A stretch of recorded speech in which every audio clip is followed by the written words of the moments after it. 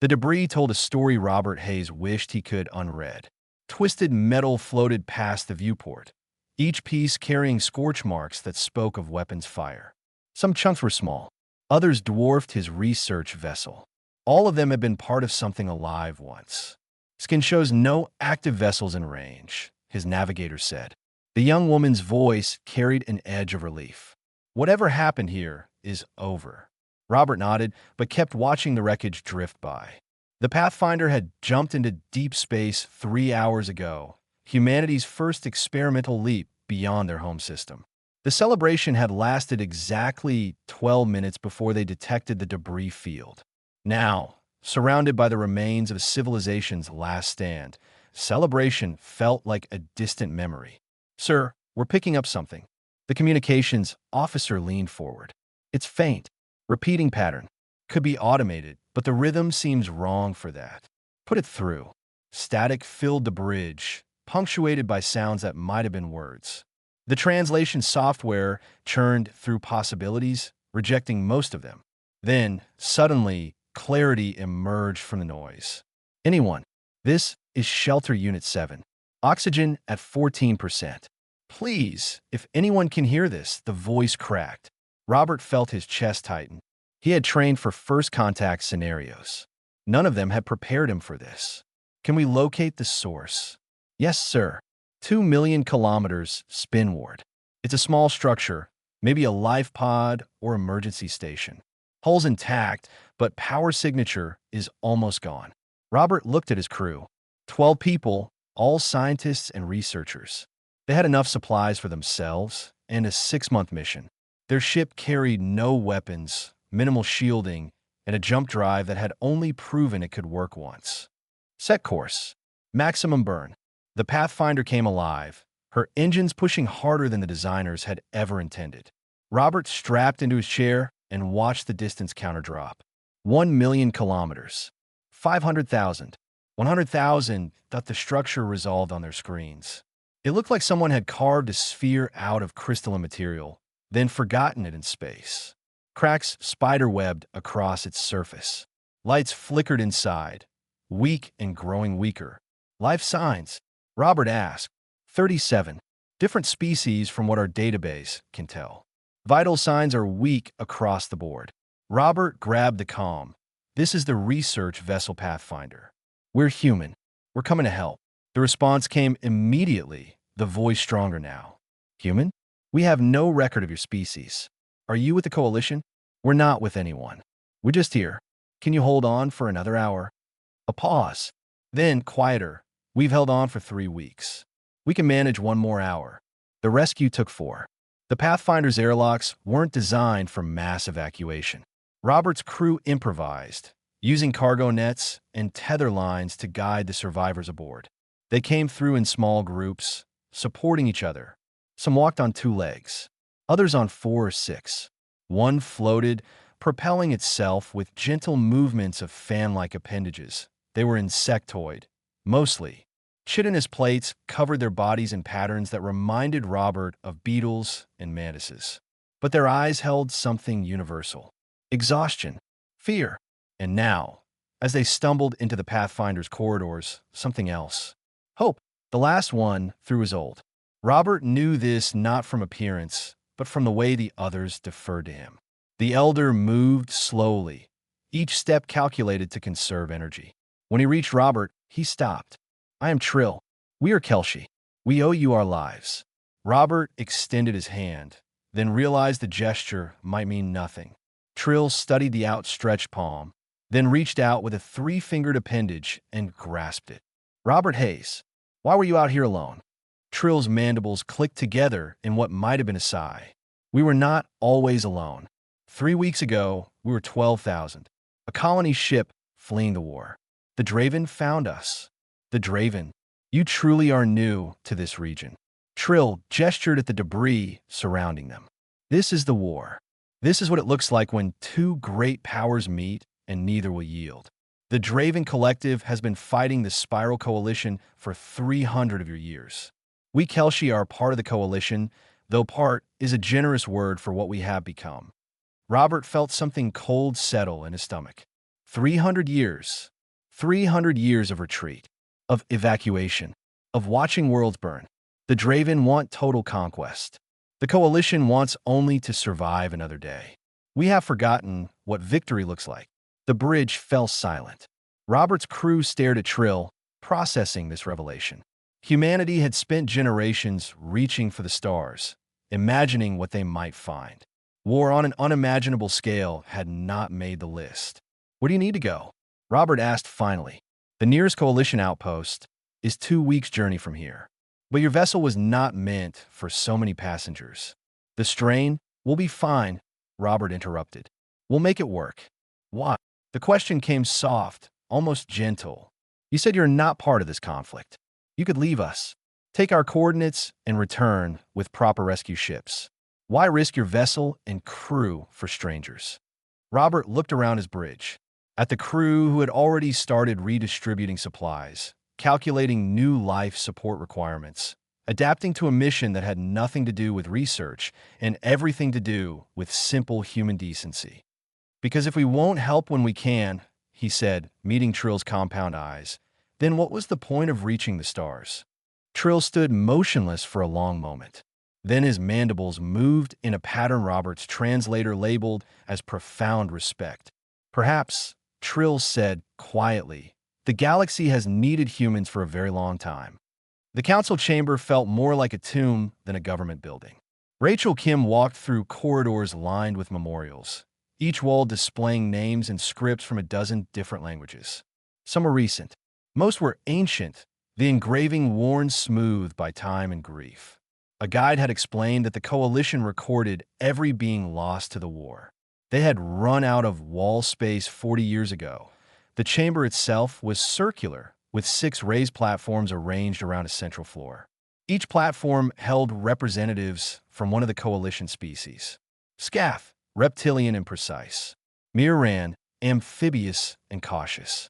Kelshi, whom Rachel now recognized thanks to Robert's rescue mission. 3 others she was still learning to identify. High Counselor Ven, a scath with silver scales that mark her advanced age, gestured for Rachel to approach the center. The human ambassador did so, acutely aware that she represented a species the galaxy had never heard of until 6 weeks ago. Ambassador Kim, Ven said, her voice carrying the weight of centuries. The Coalition acknowledges humanity's application for membership. We have reviewed your credentials. 40 ships, 7 million active military personnel, industrial capacity across 5 planets. Impressive for a species so young to space travel. Rachel waited. She had learned that with the Council, the word but always followed praise. But Ven continued, right on schedule, we must be honest with you. The Draven Collective controls 47% of known space. Their fleet numbers exceed 100,000 warships. They have been fighting this war longer than some of our species have existed. What you offer, while generous, is statistically irrelevant to the overall conflict. Then why accept us at all? Rachel asked that Amiran counselor, his skin shifting through worried color patterns, answered. Because we are dying slowly, Ambassador. We welcome any addition to our numbers, no matter how small. But we would be lying if we promised you anything other than what we have. Endless retreat, constant evacuation, and the slim hope that something will remain when the war finally ends. Rachel had prepared for this. She had studied the Coalition's strategic doctrine during the 2-week journey to this fortress world called Sanctuary. Every battle report, every tactical analysis, every after-action review told the same story. The Coalition fought defensive actions, trading space for time, preserving what they could while accepting that most things could not be saved. What if you stopped retreating? She asked. The chamber went silent. 6 species, dozens of representatives, all staring at the human who had just suggested the impossible. We have tried offensive operations, Ven said slowly. 17 major campaigns in the last 300 years. Each one cost us millions of lives and gained us nothing. The Draven simply have more ships, more soldiers, more worlds to draw upon. We learned, painfully, that attacking them only hastens our extinction. I'm not talking about attacking, Rachel said. I'm talking about defending differently, standing and fighting instead of evacuating, making them pay for every world instead of handing over empty planets. A Kelshi representative made a clicking sound of distress. You don't understand the cost. When the Draven come, they come with overwhelming force. To stand and fight is to die, and to run is to die slower, Rachel replied. I've read your casualty reports. You lose populations during evacuations. Ships malfunction. Colonies panic. You save 30% if you're lucky. The rest are left behind. That's not survival. That's just choosing who gets to suffer. Ven's scales darkened. A sign Rachel had learned meant deep emotion. The High Counselor rose from her platform and descended to the central floor. She was tall, nearly 7 feet, and her presence commanded absolute attention. Come with me, Ambassador. They walked to the chamber's outer wall. Ven placed her hand on a panel, and the wall became transparent, revealing a vast space beyond. Row after row of crystalline pillars stretched into the distance, each one glowing with soft light. Billions of them. The memorial wall, Ven said quietly. Every pillar represents 1,000 beings lost to this war. Do you see that section? She pointed to an area where the pillars were darker. Those are the extinct species. 14 civilizations that once thrived, now reduced to memory and archives. They all fought hard, Ambassador. They all refused to run. The Draven killed them anyway. Rachel felt the weight of those billions pressing down on her. She understood what Van was showing her. This was the price of defiance. This was what happened when you stood against an empire that would not stop. But she also saw something else.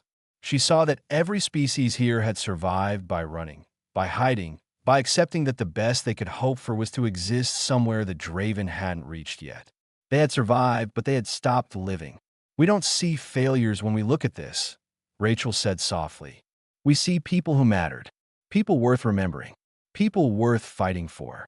Pretty words, Ven replied, but her voice had lost its edge. What would you do differently, Ambassador? What miracle do humans possess that would change 300 years of military reality? Rachel turned from the memorial and met Ven's eyes. We possess stubbornness. The kind that doesn't calculate odds before deciding something is worth doing. You fought this war by trying to preserve what you have. We would fight it by refusing to accept what we're told we can't save. The High Counselor studied her for a long moment. Then, surprisingly, her scales shifted to a lighter shade that Rachel's briefing identified as amusement. The Council will vote on your membership. I suspect we will accept, if only because your species' particular brand of insanity might be refreshing. But understand this, Ambassador Kim. We will give you a sector to defend, not a vital one, not one with strategic value. We will give you worlds we have already marked for evacuation. When the Draven come, and they will come, you will learn what the rest of us already know. Some things cannot be saved. Rachel smiled. Then we'll just have to prove you wrong, High Counselor. I hope you do, Ven said, and for the first time since Rachel had entered the chamber, she heard something in the alien's voice she hadn't expected. She heard hope, fragile and afraid, but alive. Nero's system had 96 hours left to live. The evacuation transports sat in orbit, their cargo bays empty, waiting for a population that had not yet begun boarding. Below, on the mining colony that covered 3 asteroids and 2 small moons, 40,000 Miran workers continued their shifts as if the end was not coming. Admiral Lisa Cross studied the evacuation plan on her command screen and felt her jaw tighten. The math was brutal. The Coalition had allocated 12 transport ships. Each could carry roughly 1,000 beings if packed beyond safety limits. That meant 12,000 saved. The rest, 28,000 Miran civilians, would be left behind when the Draven arrived. They know, her tactical officer said. Commander Dan Foster had been reviewing the same numbers. The colony administrator sent a message to the Coalition last week. They're not boarding the transports. They said if they can't all go, then they'll all stay. That's suicide. That's exhaustion, Dan corrected. These people have evacuated 4 times in the last 20 years. They watched the Coalition abandon their homeworld 2 decades ago. They're done running. Lisa looked out at the colony lights twinkling on the asteroids below. Somewhere down there, families were having dinner. Children were playing. People were living their lives in the shadow of certain death, choosing dignity over desperation. Show me the alternative plan you've been working on. Den Blinket. How did you know? Because I know you, and because I've been working on one too. He pulled up a tactical display that made Lisa's heart race. It showed the Narrows system transformed into something the Coalition had never attempted. The asteroids weren't just mines anymore. They were weapons. The mining equipment, designed to crack open rocks and extract ore, had been repurposed. Plasma bore drills became long-range cannons. Excavation charges became proximity mines. Or haulers became missile platforms. I'm calling it protocol unreasonable, Dan said, because any sane military doctrine would call it insane. We use human engineering core to retrofit the entire mining infrastructure, turn the colony itself into a fortress. Instead of 12 transports, we bring in 40 supply ships loaded with weapons, ammunition, and defensive systems. We don't evacuate. We defend. The Coalition will never approve this.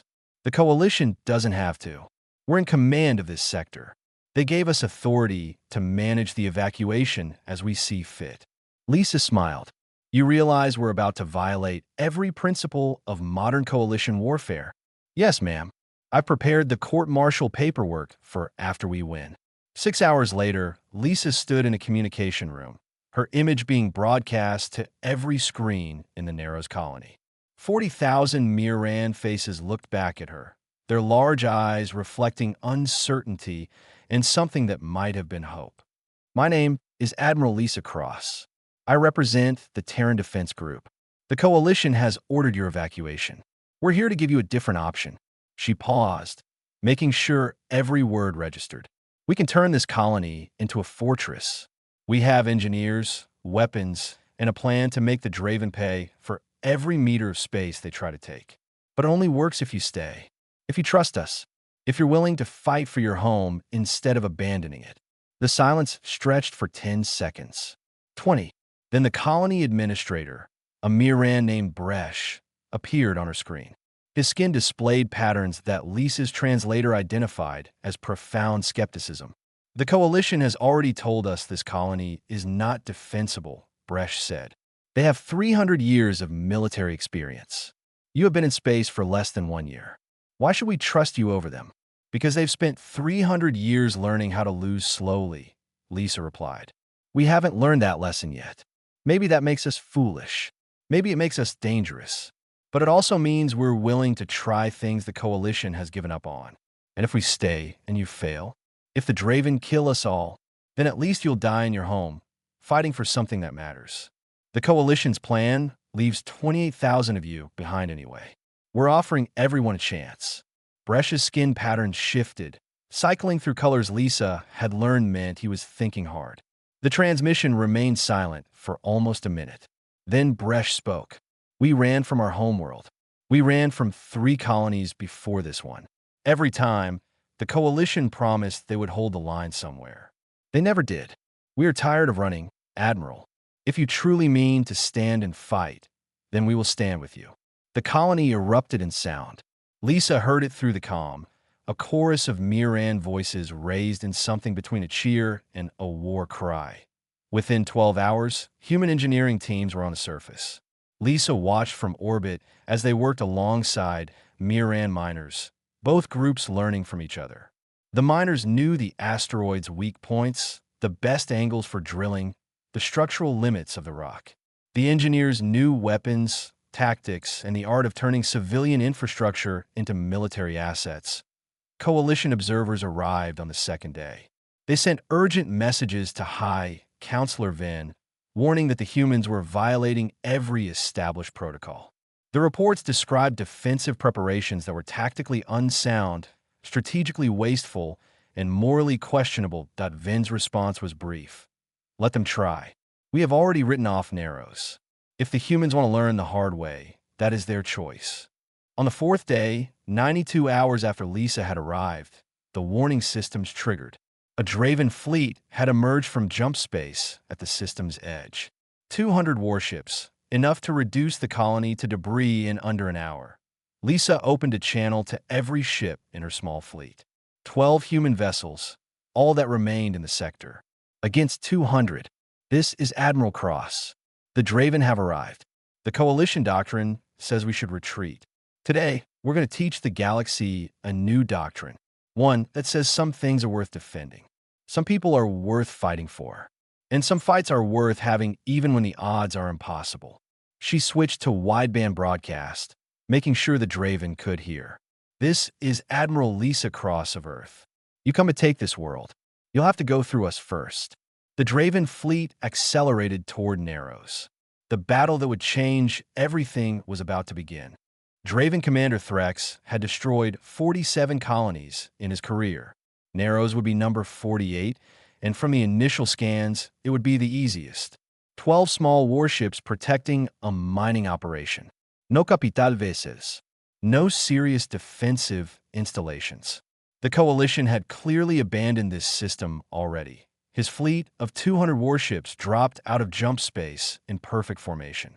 The tactical display showed the human vessels clustered near the largest asteroid, probably preparing to run. They always ran.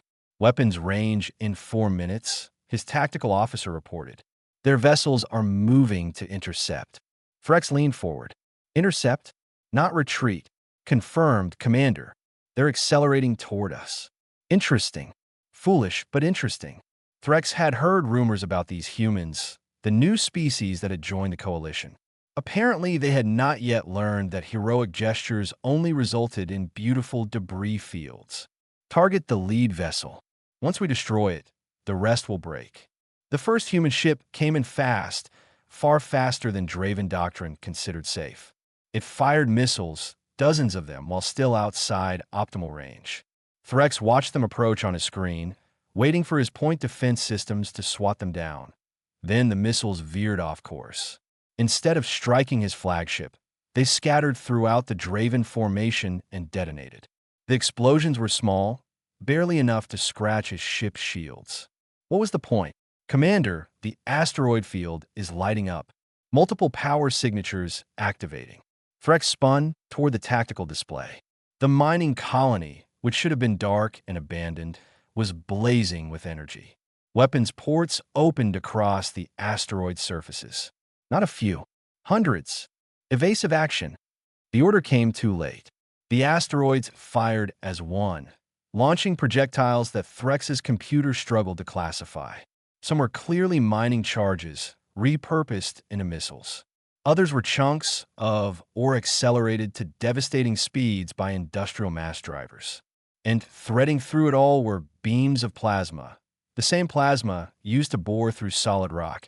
Now focused on his ship's point, 3 Draven warships vanished from his tactical display in the first volley.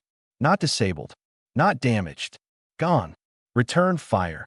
Target those installations. His fleet opened up with everything they had. Energy weapons scorched asteroid surfaces. Missiles struck mining facilities and detonated in brilliant flashes. Surely that would silence the defenders. Instead, the asteroids kept firing. The humans had dug their weapons deep, protected by kilometers of solid rock. Every shot his fleet landed destroyed empty tunnels or abandoned equipment. The actual weapons were buried too deep to reach. Sir, enemy fighters inbound. Fighters? The scans had shown no fighter base. Then Threx saw them and understood. They were not military craft. They were mining drones, thousands of them, converted into kamikaze weapons. Each one carried a single mining charge and basic guidance systems. They swarmed his fleet like insects, too small for the larger weapons to target effectively, too numerous for point defense to stop them all. Explosions rippled across his formation. Individual drones did little damage, but there were so many. Death by 1,000 cuts. Focus fire on the human vessels, Threx ordered. Destroy their ships, and this chaos will end. His fleet turned its attention to the 12 human warships. At last, proper targets. His gunners locked on and fired. The first human ship took 3 direct hits and began venting atmosphere. The second lost its engines. The third rammed his cruiser. Threx watched in disbelief as the human vessel, already crippled by weapons fire, accelerated into a full burn and slammed into one of his larger ships. The impact tore both vessels apart, creating a debris field that fouled the targeting sensors of the ships around it. "They're insane," his tactical officer said. "They're desperate," Threx corrected. But doubt crept into his voice when the fourth human ship did the same thing. And the fifth. They were not running out of options. They were choosing to die this way, choosing to take Draven ships with them rather than retreating. The battle devolved into chaos. Threx had trained for fleet engagements, for proper military tactics. This was neither. This was a brawl in a debris field, with enemies hiding in rocks and throwing themselves at his ships with suicidal determination. "Commander, we're detecting Miran life signs on the asteroids. The colonists are still there. They're manning the weapons." Of course they were. The Coalition evacuated their civilians. That was their doctrine. But these humans had convinced them to stay and fight, to turn their homes into weapons, to die defending rock and metal instead of living to fight another day. "Casualty report," Threx demanded. 37 vessels destroyed, 54 with significant damage. "We can continue the attack, but losses will be severe." Threx looked at his tactical display. Yes, they could continue. Yes, they would eventually win. They still had over 100 functional warships against a defense that was slowly being ground down. But the cost would be absurd. 40 or 50 ships destroyed to take a single mining colony. And for what? The strategic value of Narrows was minimal. The Draven had attacked because it was there, because the Coalition could not defend it. But now they were defending it. Badly, inefficiently, with tactics that violated every principle of warfare Threx had studied. But they were defending it. "Order the fleet to withdraw." His officers stared at him. "Withdraw, Commander? You heard me. We will report that Narrows has been fortified beyond intelligence projections and recommend siege operations if the High Command deems this worthless rock worth the effort." The Draven fleet began to pull back, still firing, still taking losses from the relentless asteroid defenses. As they reached jump distance, Threx composed his after-action report. He would tell the truth, that the humans fought with no regard for their own survival, that they convinced civilians to man weapons, that they turned retreat into forbidden territory. He would tell them that humans were either insane or operating on principles the Draven did not understand. Either way, they were dangerous. On the surface of Narrows, Bresh stood among the wreckage of what had been Mining Facility 7. Human and Miran bodies lay mixed together, those who had died manning the improvised weapons. Admiral Cross's flagship limped in orbit, held together by emergency patches and determination. Robert Hayes, who had rescued Trill's refugees and somehow ended up commanding a warship, sat propped against a shattered wall. Blood stained his uniform, but he smiled when he saw Bresh approaching. "Told you," Robert said, his voice weak. "Told you we wouldn't let you fall." Bresh looked at the human, at the devastation around them, at the Draven fleet retreating into the distance. They had won. At terrible cost, but they had won. For the first time in his life, Bresh understood what victory tasted like. It tasted like hope, bitter and beautiful, and absolutely worth the price. The war room of the Draven Supreme Command was built to inspire fear. Walls of dark metal rose 30 meters high, covered in banners from conquered worlds. At the center sat Overlord Kresh, leader of the collective, surrounded by holographic displays showing the entire war front. For 300 years, those displays had shown green. Green meant Draven territory, expanding slowly but inevitably across the galaxy.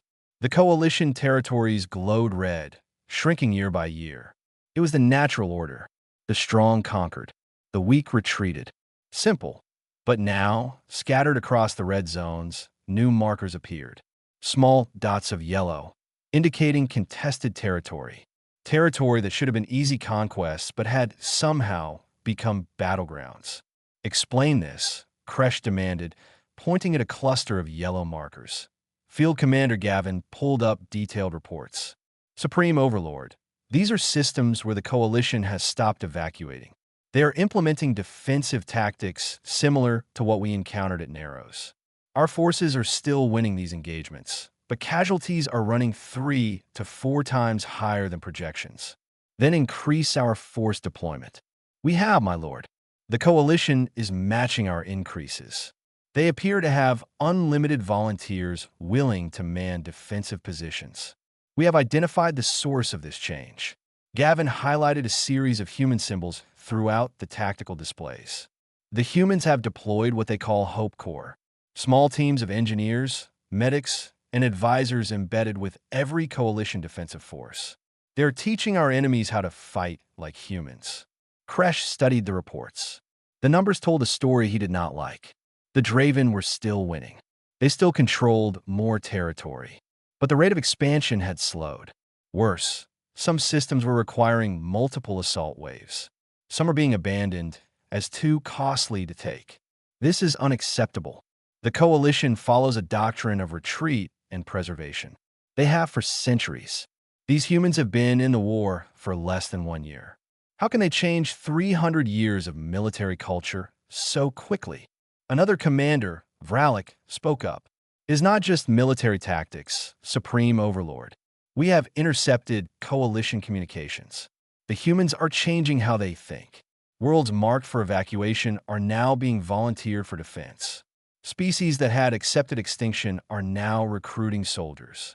The humans call it hope, but our analysts believe it is a form of mass delusion. They have convinced the coalition that victory is possible. Is it? Kresh asked quietly. The war room fell silent. No one wanted to answer that question. Kresh stood and walked to the largest holographic display, showing the overall strategic situation. The Dravens still held the advantage. Their industrial capacity still dwarfed the coalition's. Their fleet still outnumbered the enemy. But advantages could erode. Resources could be depleted. Wars could be lost not through decisive defeat, but through endless attrition. We will end this before it becomes a problem, Kresh announced. Humanity is the infection spreading through the coalition. Remove humans from the equation, and the coalition will return to their previous doctrine. Prepare the Grand Fleet. We will jump directly to the human homeworld and destroy it. Once Earth is gone, their Hope Corps will collapse. Their embedded teams will lose morale. The coalition will remember why they retreated. Gavin pulled up tactical data on the human home system. Earth is defended by approximately 300 vessels and orbital weapons platforms.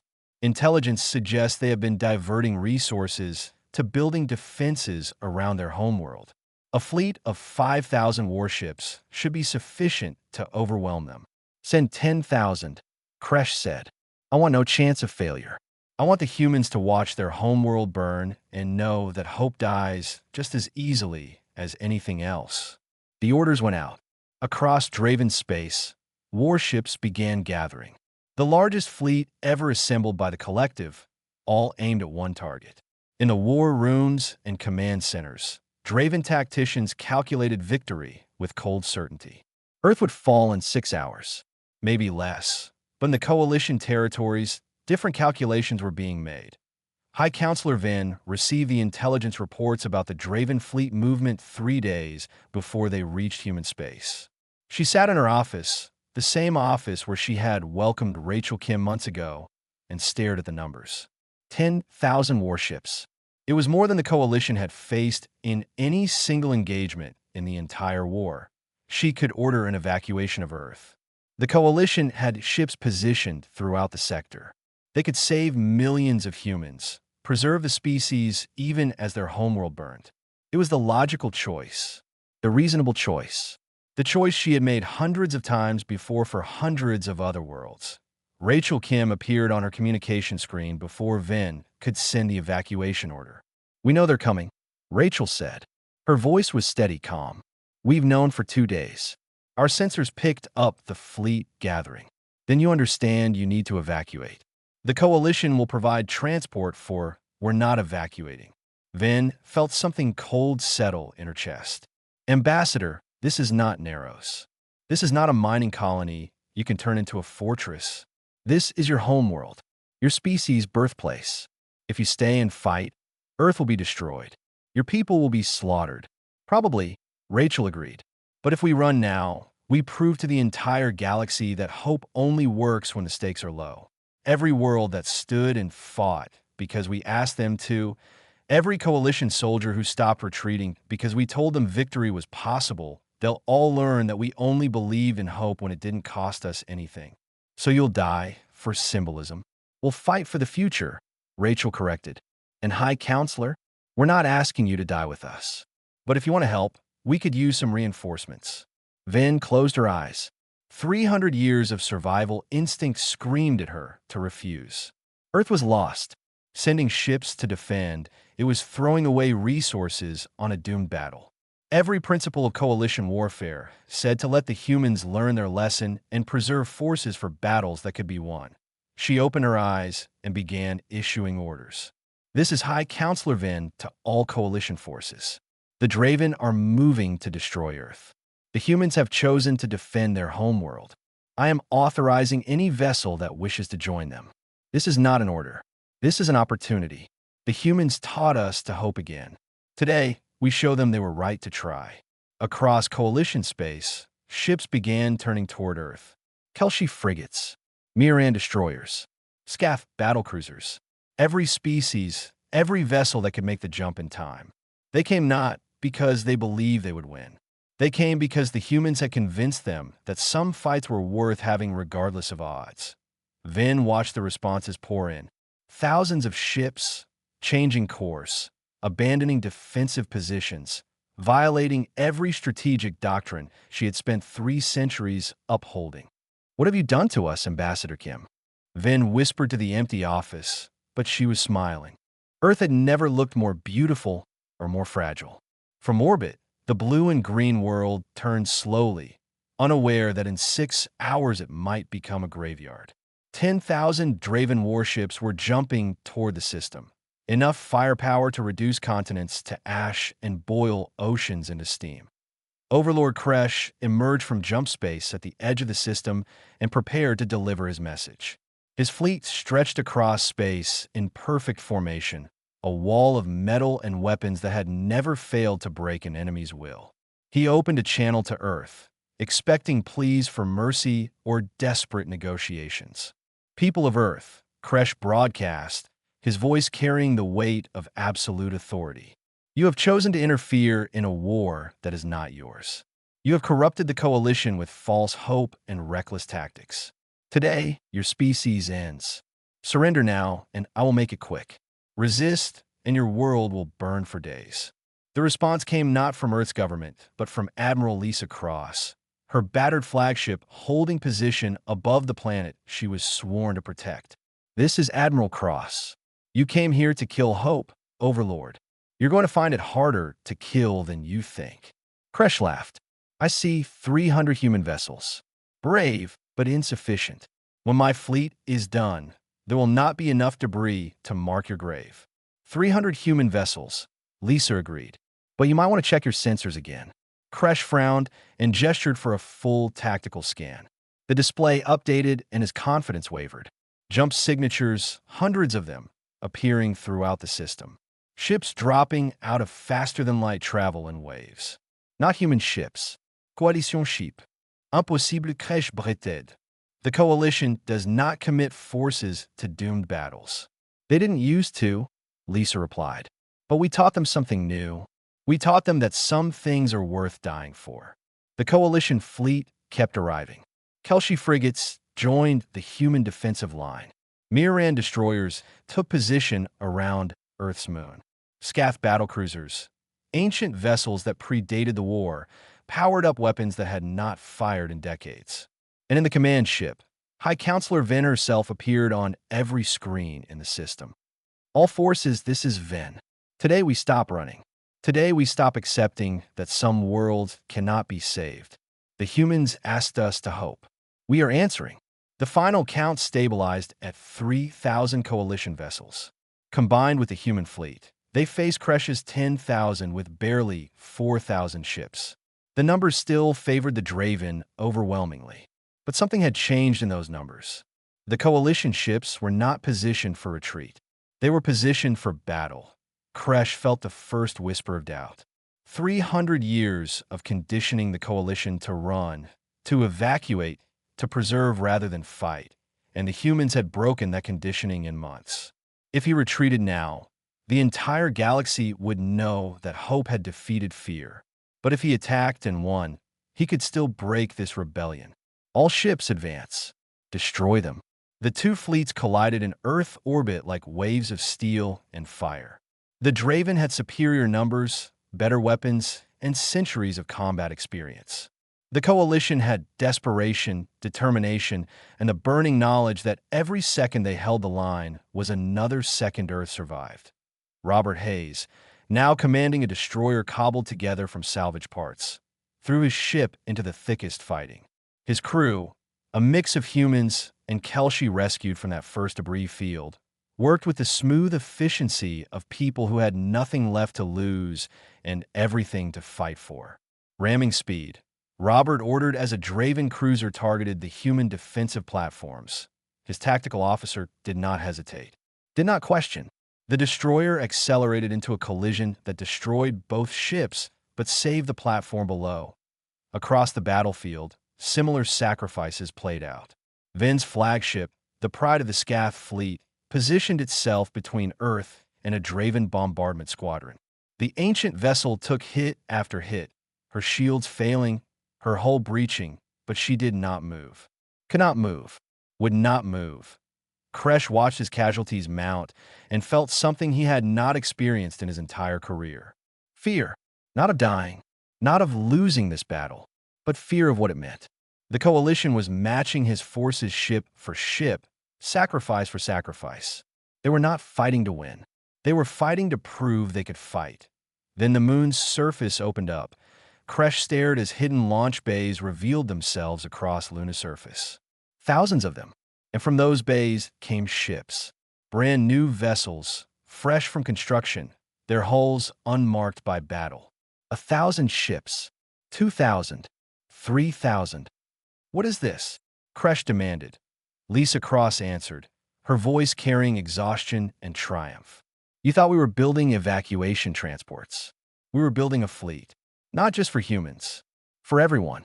The Coalition ships you see are crewed by volunteers from every species. We spent 6 months converting our lunar shipyards. Every factory, every construction platform, all working on one project. A fleet for the galaxy. The new ships joined the battle and the tactical balance shifted. Kresh's advantage evaporated. His fleet was still larger, still powerful, but now the cost of victory would be catastrophic. Half his forces, maybe more. And for what? To prove that the Draven could win through attrition. Order retreat, Kresh said quietly. His commanders stared at him in shock. We can still win, Supreme Overlord. At what cost? Kresh replied. We came here to break human hope. Instead, we've shown the entire galaxy that hope has ships, weapons, and the will to use them. Every minute we stay, we prove their point. Withdraw. Now. The Draven fleet began pulling back, still firing, still dangerous, but retreating. For the first time in 300 years, the collective had chosen to withdraw from a battle they could have won. On Earth, celebrations erupted. On the Coalition ships, exhausted crews embraced. And in a small detention cell on a human vessel, Kresh sat as a prisoner of war. Rachel Kim came to see him hours later. Why did you do it? Kresh asked. This was not your war. You could have stayed hidden in your corner of space. Why interfere? Rachel looked at the being who had commanded armies, who had burned worlds, who had taught the galaxy that might made right. Because you taught everyone that hope was foolish, she said. Someone needed to remind the galaxy that hope is dangerous, that it builds fleets, that it turns retreats into last stands, that it refuses to die no matter how many times you try to kill it. Kresh sat back and actually smiled. The war is not over, Ambassador. The collective is vast. We have resources you cannot imagine. Then I guess you'll have plenty of time to learn what we already know, Rachel replied. Some things are worth fighting for. Everything is worth fighting for.